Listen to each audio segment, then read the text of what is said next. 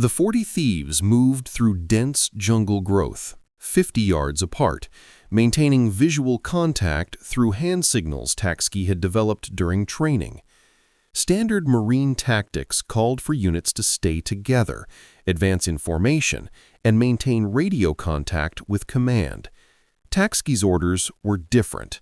His platoon would operate independently, reporting enemy positions but making their own tactical decisions. No other Marine unit on Saipan had that authority. At 10:15 a.m., Sergeant Bill Knuppel spotted the first Japanese position, a concrete pillbox built into the side of a ridge with interlocking fields of fire covering the valley below where the 2nd Marine Division would advance later that afternoon. The pillbox housed a Type 92 heavy machine gun with a crew of 7. The Japanese had camouflaged the position with vegetation and positioned it to remain invisible from the beach. Marine assault units advancing through the valley would walk directly into the kill zone. Tachsky's map showed 3 possible routes for the Marine advance. The Japanese machine gun covered all 3. Taking out the position would save dozens, possibly hundreds of Marine lives, but attacking it would reveal the 40 thieves' position and compromise their reconnaissance mission. Tachsky made the decision in 30 seconds. The platoon had carried a bazooka specifically for situations like this. Private Marvin Strombo positioned himself 80 yards from the pillbox, while the rest of the platoon provided security. At 10:32 a.m., Strombo fired 1 round. The rocket hit the pillbox's firing slit and detonated inside. The explosion killed the entire Japanese crew instantly. Before the smoke cleared, Tachsky's platoon had already moved 300 yards deeper into the jungle. They left no trace of their presence except the destroyed pillbox. When 2nd Marine Division units advanced through the valley 4 hours later, they encountered no machine gun fire from that ridge. By noon, the 40 thieves had identified and mapped 17 Japanese positions, 8 machine gun nests, 4 mortar pits, 3 artillery observation posts, and 2 ammunition storage areas. Tachsky radioed the coordinates back to regimental headquarters using encoded transmission protocols. Within 20 minutes, naval gunfire from destroyers offshore began hitting the targets. The 40 thieves watched from concealed positions as 5-inch shells demolished Japanese fortifications they had marked 30 minutes earlier. This was their mission: find the enemy, mark them for destruction, and move on before the Japanese realized what was happening. At 8:44 a.m. on June 15, 1944, First Lieutenant Frank Tachsky crouched in a Higgins boat 300 yards from Saipan's southern beaches, watching Japanese artillery shells explode in the surf around him. 29 years old, New Brighton, Pennsylvania, commanding 40 men behind him. Every single one pulled from the brig or punishment details. Their mission required them to work alone behind enemy lines for days at a time against an island garrison intelligence estimated at 30,000 Japanese troops. Tachsky's scout sniper platoon had trained for 6 months at Camp Tarawa in Hawaii, but Saipan would be their first combat operation. Marine Corps planners had already calculated that scout sniper casualties in the Pacific Theater averaged 73%. 1 in 4 wouldn't make it home. The platoon behind Tachsky represented the Marine Corps' most dangerous experiment. After the bloody Battle of Tarawa 7 months earlier, where 994 Marines died in just 76 hours, Colonel James Risley had requested permission to form a specialized unit. He needed men who could kill silently, map enemy positions, and survive alone in hostile territory. Standard Marine training produced excellent riflemen and assault troops. Risley needed something different. He needed men who thought for themselves, who ignored rules, who fought dirty. He found them in the brig. The problem was simple. The Marine Corps kept losing men because they couldn't see where the Japanese were hiding. Bunkers disguised as hillsides, machine gun nests covered with vegetation, artillery positions inside caves. Marines would advance through a valley and walk straight into kill zones they never saw coming. High-altitude reconnaissance couldn't spot camouflaged positions. Naval bombardment couldn't hit what it couldn't see. Infantry assaults meant charging blind into prepared defenses. The mathematics were brutal. At Tarawa, Marines suffered 3,400 casualties, taking an island 2 miles long. At this rate, invading Japan itself would cost 1 million American lives. Risley's solution violated every principle of Marine Corps discipline. He would recruit from the punishment details, the brawlers, the thieves, the men who couldn't follow orders, and turn them into the most elite reconnaissance unit in the Pacific. The proposal was rejected 3 times. Marine commanders argued that criminals couldn't be trusted in combat, that undisciplined men would get their entire unit killed, that scout work required the best Marines, not the worst. Risley kept pushing. After Tarawa, he had the casualty statistics to prove his point. Better intelligence could save thousands of lives. And the men he wanted to recruit had already proven they could survive in hostile environments. They'd been doing it their entire lives. In January 1944, Risley finally received approval.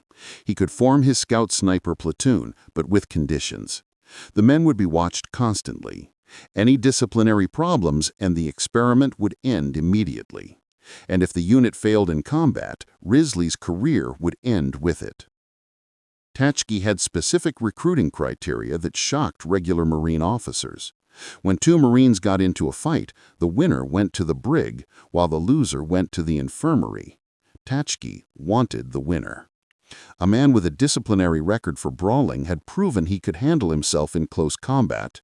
The Marine Corps called such men troublemakers. Tachsky called them survivors. Over 2 months at Camp Tarawa, he assembled 42 Marines from various punishment details across the 2nd Marine Division. The youngest was 17. The oldest was 34. Most had criminal records before joining the Marines. Several had been arrested for theft, assault, or fighting. One had been a professional boxer. Another had worked as a bodyguard for a Chicago gangster. The Marine Corps had given these men a choice: military prison or combat duty. They chose combat duty. Training at Camp Tarawa focused on skills the regular Marine Corps did not teach. Silent killing techniques with knives and bare hands. How to approach a sentry from behind and break his neck without making a sound. How to move through jungle terrain without disturbing vegetation. How to read Japanese maps and documents. How to call in naval gunfire and artillery strikes. The platoon practiced with M1903 Springfield rifles fitted with 8-power Untertal scopes. They learned to shoot from 600 yards and hit a man-sized target. They trained with bazookas, learning to destroy tanks and fortified positions. They studied Japanese tactics, learning how the enemy defended islands and where they positioned troops. The platoon also learned to steal. Marines were notorious thieves by necessity. The Marine Corps was the poorest equipped branch of the American military in 1944. Marines received surplus weapons from World War I, outdated equipment, and inadequate rations. To survive, they stole from better supplied Army and Navy units. Tachsky's men excelled at theft. They raided Army supply depots for food, Navy warehouses for equipment, and even stole jeeps and trucks when no one was looking. Other Marines in the 6th Regiment nicknamed them the 40 Thieves. The name stuck.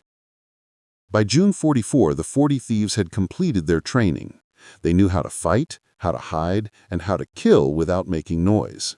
They had memorized Japanese fortification patterns and studied aerial photographs of Saipan. They understood their mission.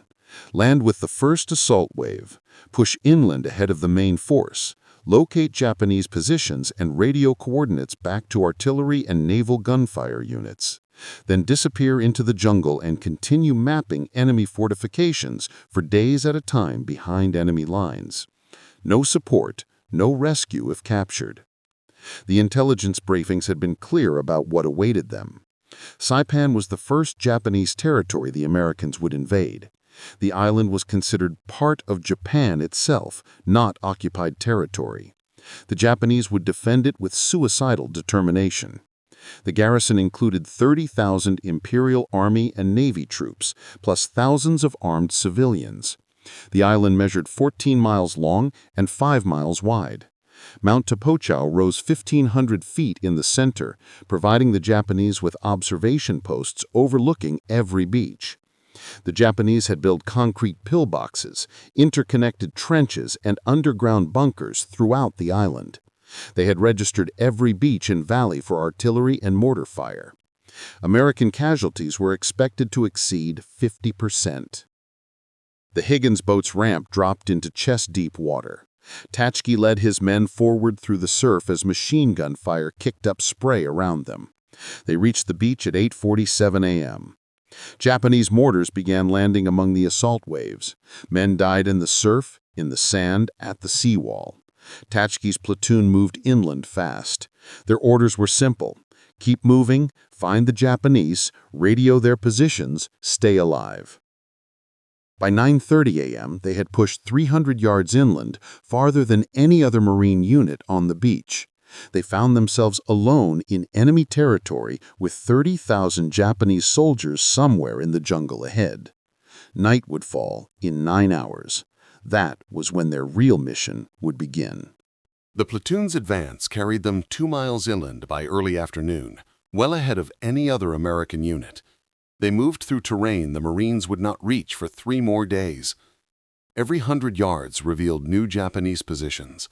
The island was more heavily fortified than intelligence had estimated. Tachsky counted over 200 enemy soldiers in one valley alone, dug into positions that would take days of frontal assault to capture.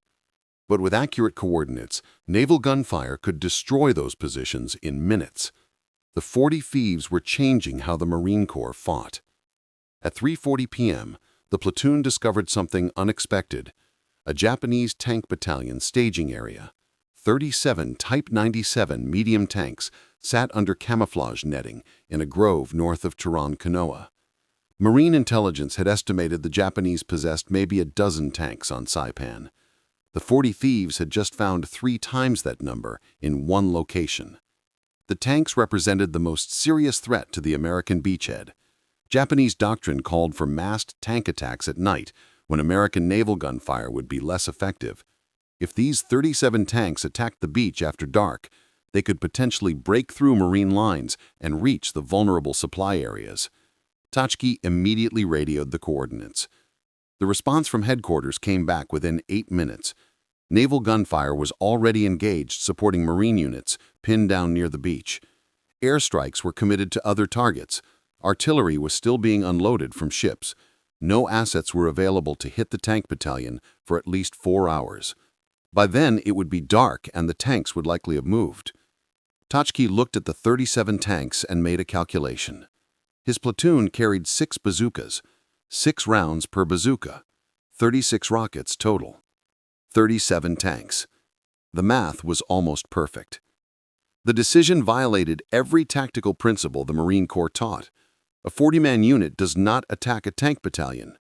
But Tachsky had not recruited Marines who followed principles. He had recruited men who fought dirty and survived. At 4:15 p.m., he gave the order to prepare for assault. The 40 Thieves would attack the tank battalion themselves. If they succeeded, they would prevent a potential disaster at the beachhead. If they failed, 40 men would die and no one would ever know what happened to them in that jungle grove. Strombo checked his bazooka and counted his rockets. 6 shots to kill 6 tanks. Then it would come down to close combat. Tachsky positioned his 6 bazooka teams in a semicircle around the tank staging area, spacing them 40 yards apart to maximize coverage.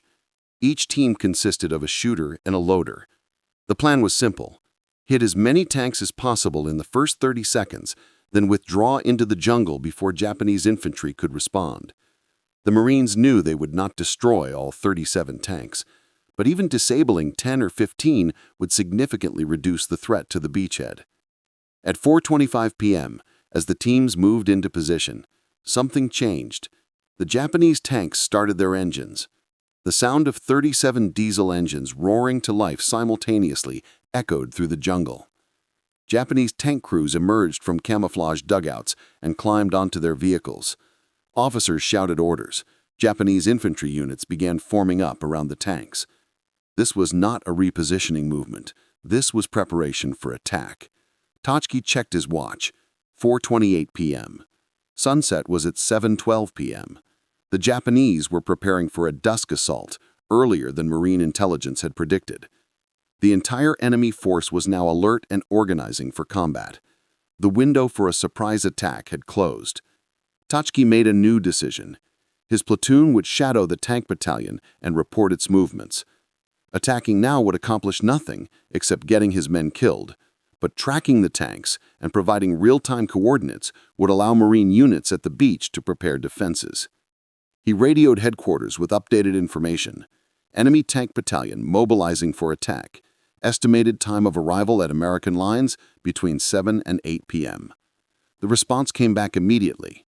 Maintain observation. Do not engage. Continue reporting. The tank battalion began moving at 5:07 p.m. They advanced in 2 columns along parallel routes towards the coast. Japanese infantry units moved alongside the tanks, approximately 1,000 soldiers total. This was a major assault, not a probing attack. The Japanese intended to break through Marine lines and reach the beach before nightfall.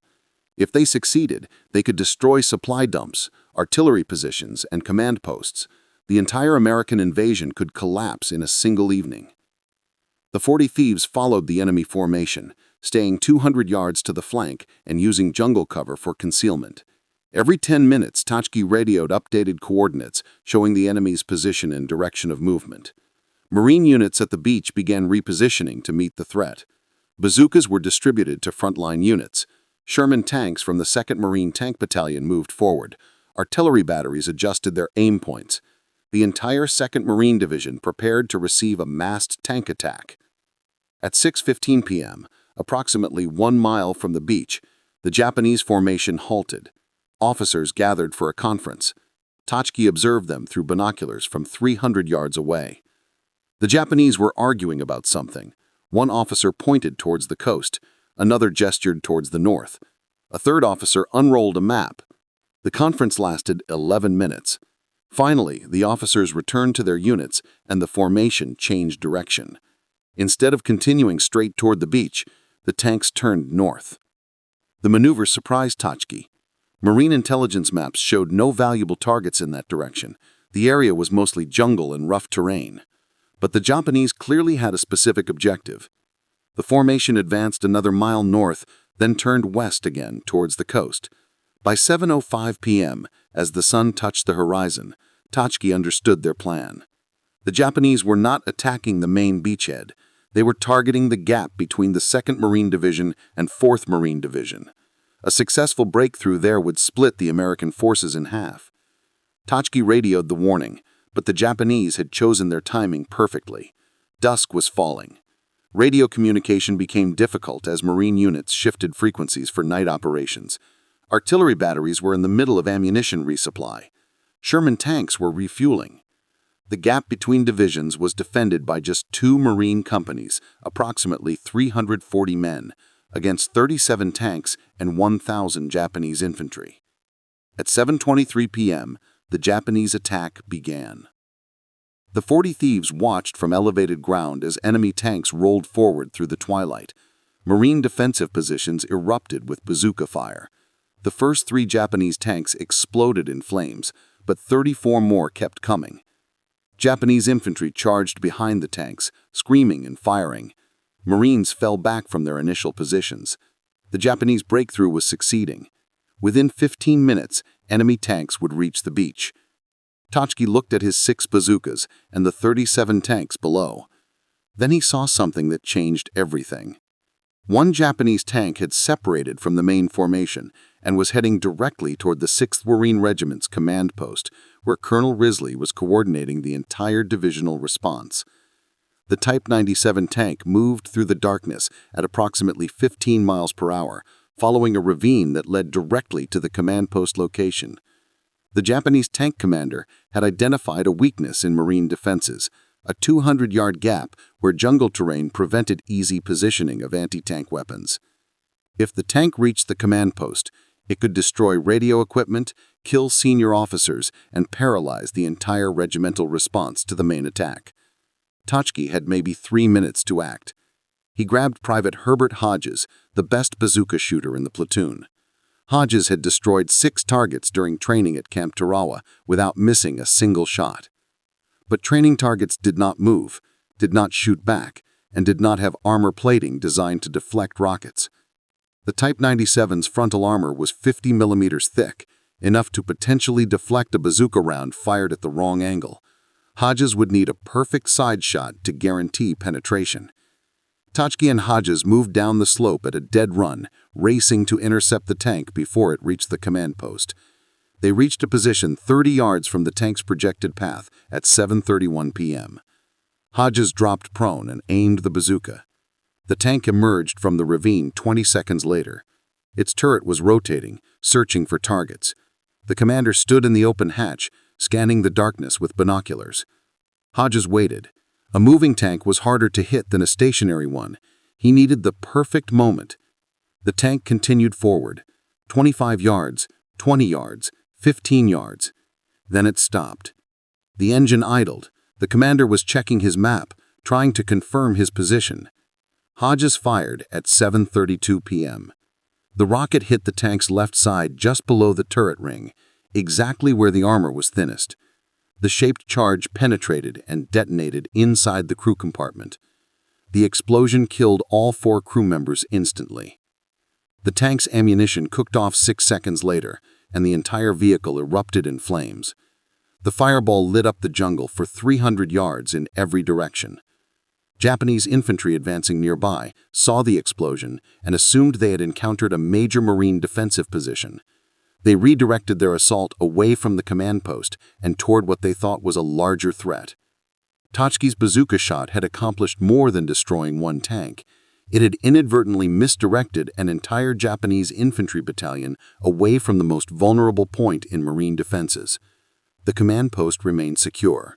Colonel Risley continued coordinating the divisional response without interruption. But the bazooka's muzzle flash had revealed Tachsky's position to every Japanese soldier within 500 yards. Enemy machine gun fire began raking the area where the 40 Thieves were positioned. Mortar rounds started falling. The platoon had to withdraw immediately or risk being overrun. The withdrawal through jungle in darkness while under fire tested everything the 40 Thieves had trained for. Standard procedure called for units to stay together and move as a group, but jungle terrain and enemy fire made that impossible. The platoon split into small teams of 4 or 5 men each, moving independently toward predetermined rally points. Japanese patrols were everywhere, searching for the Marines who had destroyed their tank. Several times, 40 Thieves teams found themselves within yards of enemy soldiers. They relied on silent movement and concealment rather than engaging. One firefight would reveal their position and bring overwhelming enemy response. Private Strombo's team encountered a Japanese patrol at 8:05 p.m. 7 enemy soldiers moving through the jungle, searching with flashlights. Strombo and 3 other Marines lay motionless in undergrowth as the patrol passed within 10 feet of their position. One Japanese soldier stopped and looked directly at the spot where Strombo was hiding. The Marine held his breath. The Japanese soldier stood there for 43 seconds, staring into the darkness. Finally, he moved on. The patrol continued past without detecting the Americans. By 9 p.m., approximately half the 40 Thieves had reached the primary rally point, a small clearing 600 yards behind Marine lines. Tachsky counted 23 men. 17 were still missing. They could be dead, captured, or simply lost in the darkness. Standard Marine procedure called for units to wait at rally points for up to 2 hours for missing personnel. But the rally point was too close to Japanese positions. Enemy patrols were actively searching the area. Tachsky made the decision to move the assembled group back to Marine lines and send small rescue teams to search for the missing men after dawn. The group moved toward friendly positions at 9:17 p.m. They approached Marine lines carefully, knowing that nervous sentries often shot at anything moving in darkness. Tachsky used the pre-arranged recognition signal. 3 short whistles followed by 2 long ones. Marine sentries challenged them. Tachsky responded with the correct password. The 40 thieves crossed into friendly territory at 9:41 p.m. 23 men had made it back. 17 were still out there somewhere, in the dark. The Japanese tank attack continued through the night. Marine defensive positions along the beach reported enemy armor probing their lines until 3:14 a.m. American bazookas destroyed 11 tanks. Sherman tanks from the 2nd Marine Battalion knocked out 9 more. Artillery fire disabled another 7. By dawn on June 16th, the Japanese had lost 27 of their 37 tanks. The attack had failed. But it had cost the Marines heavily. The 2nd Battalion, 6th Marines reported 78 casualties. Company F of the 2nd Marines had 19 killed or wounded. The gap between divisions had held, but barely. Tachsky assembled search teams at first light. Each team consisted of 4 men with orders to locate the missing 17 Marines and return by noon. The teams moved back into the jungle at 6:30 a.m., retracing the platoon's route from the previous evening. They found the first body at 7:05 a.m. Private Donald Evans had been shot twice in the chest, probably during the withdrawal under fire. He had died instantly. His dog tags were missing. The Japanese often collected American dog tags as trophies. The team buried Evans in a shallow grave marked with his rifle and helmet. The second team found 3 more bodies at 8:20 a.m. These Marines had been captured alive, then executed. Their hands were tied behind their backs. They had been bayoneted. Japanese forces on Saipan rarely took prisoners. The Imperial Army considered surrender dishonorable and extended that contempt to enemy soldiers who surrendered. But these 3 Marines had not surrendered. They had been wounded, captured, and murdered. The search team reported the discovery to Tachsky by radio. He ordered them to continue searching for the remaining 13 missing men. By 10 a.m., search teams had located 6 of the missing Marines alive. They had become separated during the night withdrawal, but had successfully evaded Japanese patrols and reached Marine lines at different locations. That brought the count to 29 men accounted for. 13 were still missing. At 11:15 a.m., one of the search teams made radio contact. They had found 5 more Marines hiding in a cave system approximately 1 mile behind Japanese lines. The Marines were alive, but pinned down by enemy patrols. They could not move without being detected. Tachsky faced another decision. He could request artillery support to create a diversion, allowing the trapped Marines to escape, but artillery fire would alert the Japanese to American interest in that specific location, potentially leading to increased patrols and making future rescue attempts impossible. Or he could send a rescue team immediately, relying on stealth and speed to extract the trapped men before Japanese forces could respond. The first option was safer, but slower. The second option was faster, but riskier. Tachsky chose speed. He assembled a 6-man rescue team and moved out at 11:47 a.m. The team reached the cave system at 12:33 p.m. The 5 trapped Marines were exhausted and dehydrated, but uninjured. They had spent the night listening to Japanese patrols pass within yards of their hiding position. One Marine had malaria and was running a fever of 103 degrees. Another had dysentery and could barely walk. The rescue team distributed water and medical supplies, then prepared to move. The extraction required the team to cover 1 mile through Japanese-controlled territory in broad daylight. Standard Marine tactics called for moving in darkness, but the trapped Marines could not survive another 12 hours without medical attention. The fever case needed immediate evacuation. The dysentery case was severely dehydrated. Tachsky decided to move immediately and rely on speed rather than concealment. The combined group of 11 Marines began moving toward friendly positions at 1:05 p.m. They made it 400 yards before encountering a Japanese patrol, 20 enemy soldiers moving through the jungle in a standard search formation. The Marines had two choices: hide and hope the patrol passed without detecting them, or ambush the patrol and eliminate the threat. Hiding risked discovery. Ambushing risked bringing more Japanese troops to investigate gunfire. Tachsky chose ambush. The element of surprise would give the Marines a brief advantage. If they could eliminate the entire patrol in 30 seconds before anyone could fire a shot or radio for help, they might escape undetected. The Marines positioned themselves in a classic L-shaped ambush formation. 8 men along the patrol's line of march, 3 men at the end of the L to catch anyone who tried to escape. The Japanese walked directly into the kill zone at 1:23 p.m. Tachsky gave the signal. 11 Marines opened fire simultaneously. The Japanese patrol was destroyed in 7 seconds. 20 enemy soldiers killed, no survivors, no radio transmissions. But the gunfire had been heard for at least half a mile in every direction. Japanese units throughout the area would be converging on this location within minutes. The Marines moved at full run, abandoning stealth for speed. Behind them, Japanese voices shouted commands. Whistles blew. The sound of enemy units mobilizing echoed through the jungle. Tachsky estimated they had maybe 5 minutes before Japanese forces surrounded them. The nearest Marine defensive position was 800 yards across open ground that offered minimal cover. Running that distance while carrying 2 sick Marines would take at least 12 minutes. The mathematics were clear. The Japanese would catch them before they reached safety. At 1:29 p.m., the Marines encountered an unexpected problem. The terrain ahead dropped into a steep ravine, 40 feet deep with near vertical sides. Going around would add 15 minutes to their route.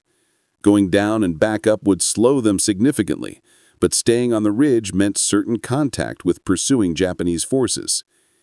Tachsky chose the ravine. The Marines descended the slope, half sliding and half climbing, supporting the 2 sick men between them. They reached the bottom at 1:33 p.m. Japanese soldiers appeared on the ridge above them 60 seconds later. The Japanese opened fire from elevated positions, shooting down into the ravine. Bullets ricocheted off rocks. 1 Marine was hit in the leg. Another took shrapnel from a grenade that exploded on the ravine floor. The Marines returned fire while continuing to move, using boulders and vegetation for cover. The ravine channeled them in one direction, eliminating tactical options. They could only move forward and hope to reach the far end before the Japanese descended and engaged them at close range.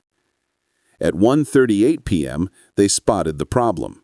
The ravine ended in a box canyon, no exit. The Marines were trapped. Japanese soldiers began descending into the ravine from multiple points, moving to surround the trapped Americans. Tachsky counted at least 40 enemy soldiers visible, with more arriving every minute. His 11 Marines had maybe 200 rounds of ammunition total between them. The 2 sick Marines could not fight effectively. That left 9 combat-effective men against a force that was growing rapidly. Artillery support was impossible. The Marines were too close to Japanese positions. Airstrikes could not be called in without risking hitting friendly forces. The 40 Thieves were on their own. Tachsky noticed something the Japanese had missed. The box canyon's rear wall was not solid rock. Vegetation growing at the base suggested water seepage, which meant a crack or fissure in the stone. He sent 2 Marines to investigate while the rest of the team established defensive positions. The 2 Marines reported back at 1:44 p.m. There was a narrow opening behind the vegetation, barely wide enough for a man to squeeze through. Beyond the opening, The fissure widened into a passageway that appeared to lead upward through the rock. The Marines began moving through the opening one at a time, pushing the 2 sick men through first. The passage was tight enough that men had to remove their packs and drag them behind. It was completely dark inside. They moved by touch, following the Marine ahead. The passage climbed steeply upward through solid rock. Behind them, they could hear Japanese soldiers entering the box canyon, calling to each other as they searched for the Americans who had seemingly disappeared. The passage emerged onto the opposite side of the ridge at 2:07 p.m., 400 yards from where they had entered. The Marines found themselves behind Japanese lines, but with the enemy focused on searching the ravine below. They moved quickly toward Marine positions, covering the final 600 yards in 8 minutes. They approached friendly lines using proper recognition signals and crossed into American-held territory at 2:23 p.m. All 11 Marines reached safety. The 2 sick Marines were immediately evacuated to medical stations. That brought the total count to 34 Marines accounted for. 8 remained missing. As the day progressed, 3 more were found alive, having successfully evaded capture and reached Marine lines independently. 2 more bodies were discovered by advancing Marine units. That left 3 Marines still unaccounted for by nightfall on June 16th. They were officially listed as missing in action. The 40 Thieves had lost at least 6 men killed in their first 48 hours on Saipan. Another 3 were missing and presumed dead. That represented a 22% casualty rate. Despite the losses, the platoon had accomplished its mission. They had identified over 200 Japanese positions, called in coordinates that destroyed dozens of enemy fortifications, prevented a tank from reaching the regimental command post, and provided critical intelligence on enemy movements. Colonel Risley sent a message to Tachsky at 1800 hours. The 40 Thieves would have 1 night to rest, resupply, and integrate replacements. At dawn on June 17th, they would return to the jungle. This time, their mission would take them even deeper behind enemy lines. The Japanese garrison on Saipan still numbered approximately 29,000 troops. The 40 Thieves now numbered 37 men. At 05:30 hours on June 17th, the 40 Thieves moved out from Marine lines in complete darkness. Their objective was a ridge system 3 miles inland that Marine intelligence believed contained Japanese artillery positions.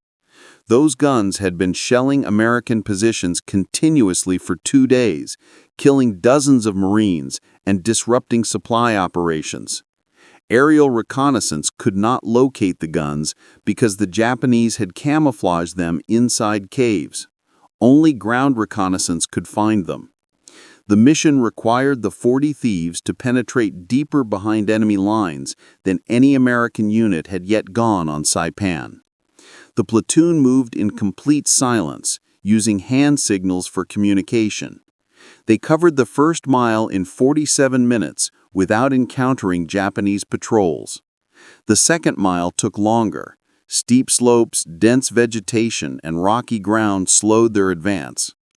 They reached the target ridge system at 08:15 hours and began systematic reconnaissance. The ridge stretched for approximately 2 miles and rose 600 feet above the surrounding jungle. Japanese positions were everywhere. Tachsky counted at least 8 cave entrances large enough to hide artillery pieces. The caves were connected by tunnels that allowed the Japanese to move guns between positions, fire several rounds, then relocate before American counterfire could respond. This explained why Marine artillery had failed to destroy the enemy guns. They were shooting at positions the Japanese had already abandoned. Finding the guns was only part of the mission. The 40 Thieves also needed to map the tunnel system, so Marine assault units would know how to attack when they reached this area. Mapping the tunnels required entering them.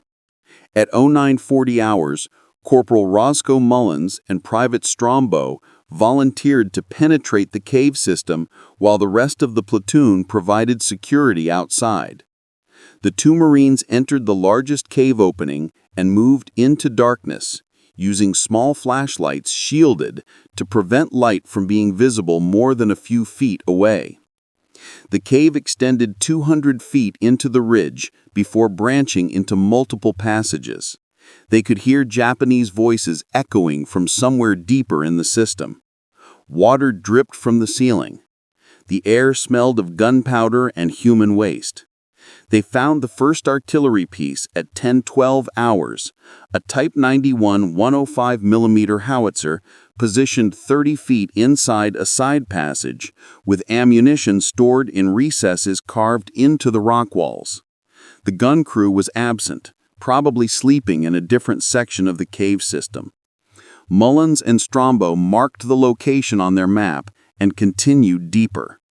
They discovered 2 more guns in the next 40 minutes, plus a command post, an ammunition magazine containing approximately 2,000 rounds, and sleeping quarters for at least 60 soldiers.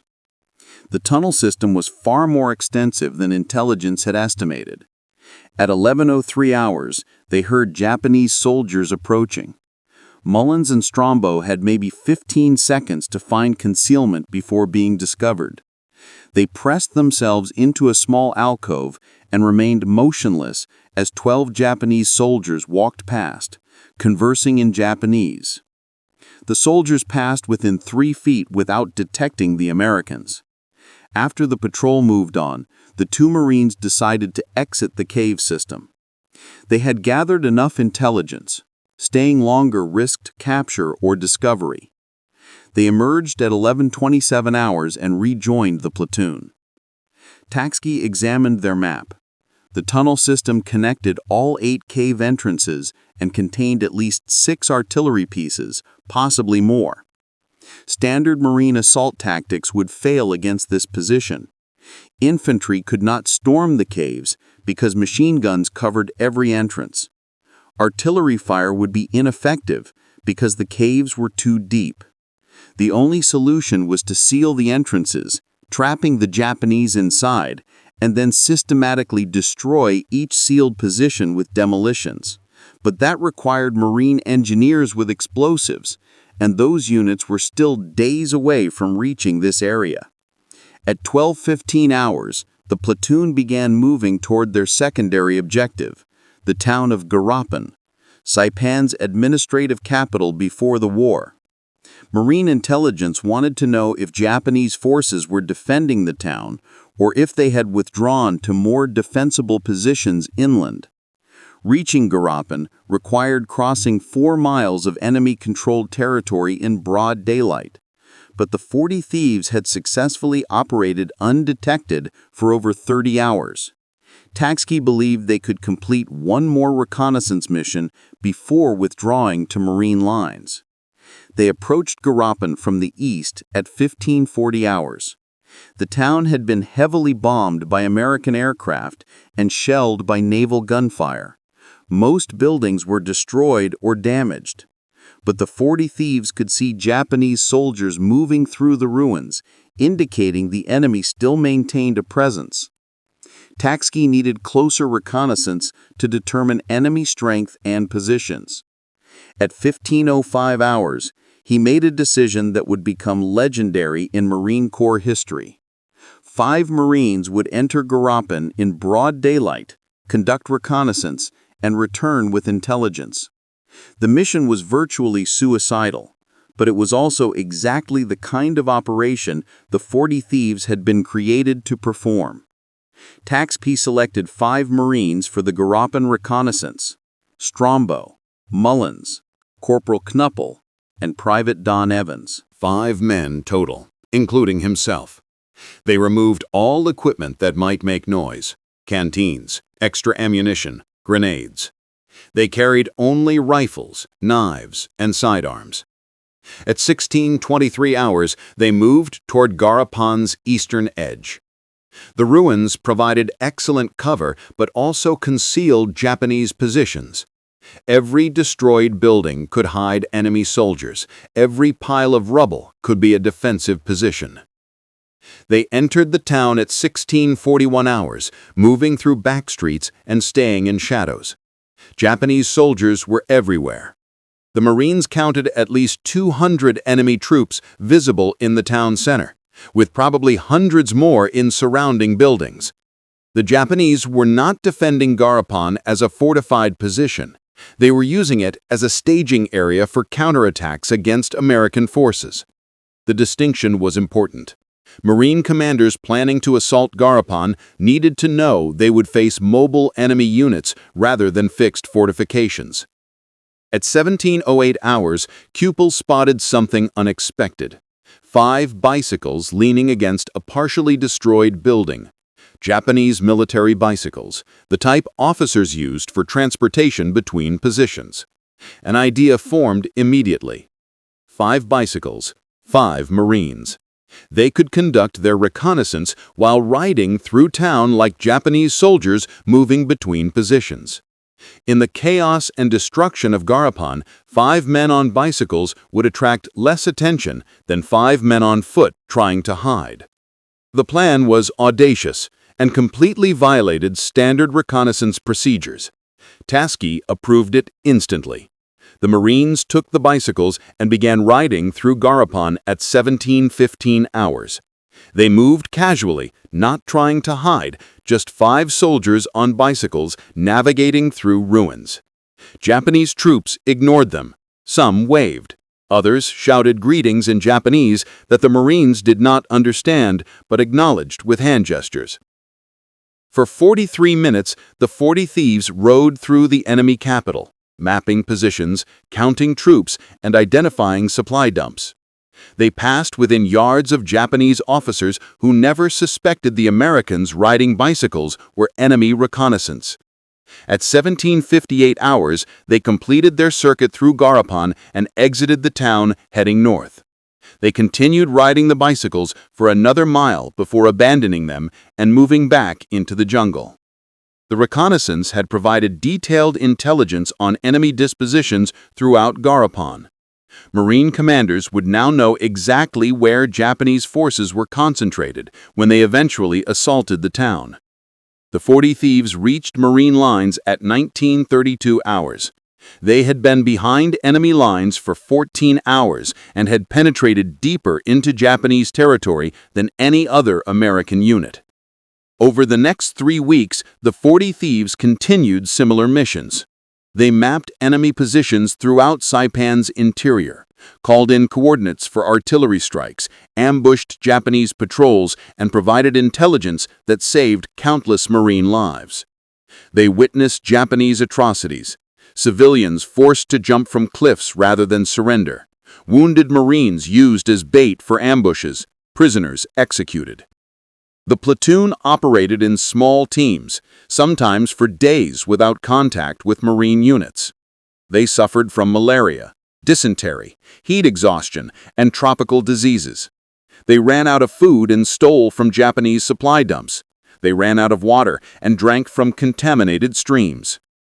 By July 9th, when Saipan was declared secure, the 40 thieves had lost 12 men killed and 9 wounded.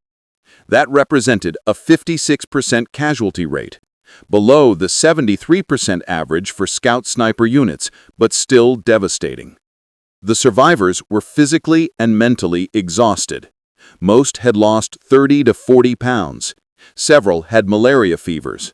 All had seen things that would haunt them for the rest of their lives. But they had accomplished their mission. Marine commanders estimated the 40 thieves' reconnaissance work had reduced overall Marine casualties by at least 15%, potentially saving 2,000 lives. The platoon would go on to fight at Tinian in July 1944, then return to Saipan for mopping up operations. After the war, most members struggled with what would later be recognized as post-traumatic stress disorder. Many had recurring nightmares. Some turned to alcohol. Several could not maintain civilian employment or personal relationships. The psychological cost of their service was never officially recognized or treated. Frank Tachsky returned to civilian life and became mayor of Sturgeon Bay, Wisconsin. He never spoke about the war. His son Joseph only learned about the 40 Thieves after finding his father's footlocker following his death in 2011. The story of the platoon that had changed Marine Corps tactics remained largely unknown for 66 years. The Scout Sniper Platoon of the 6th Marine Regiment was one of the first elite special operations units in American military history. Their tactics, deep reconnaissance, silent killing, and independent operations behind enemy lines would influence the development of modern Special Forces units, including Navy SEALs and Marine Force Reconnaissance. They proved that small, highly trained units could accomplish missions that entire battalions could not. 40 men recruited from brigs and punishment details became one of the most effective combat units in the Pacific War. The Marines who called them criminals were wrong. They were warriors. If Lieutenant Tachsky's story moved you, please hit that like button. It helps YouTube show these forgotten stories to more people who need to hear them. Hit subscribe and turn on notifications. We publish new, untold history stories every day, and you won't want to miss them. Drop a comment right now and tell us where you're watching from. Are you in the United States, United Kingdom, Canada, Australia, or somewhere else? Our community stretches across the world. You're part of keeping these memories alive. Tell us in the comments, did any of your relatives serve in World War II, especially in the Pacific Theater? Thank you for watching. Frank Tachsky and his 40 Thieves deserve to be remembered.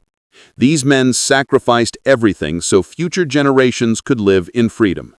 You're helping make that happen by watching, liking, and sharing these stories. Never forget,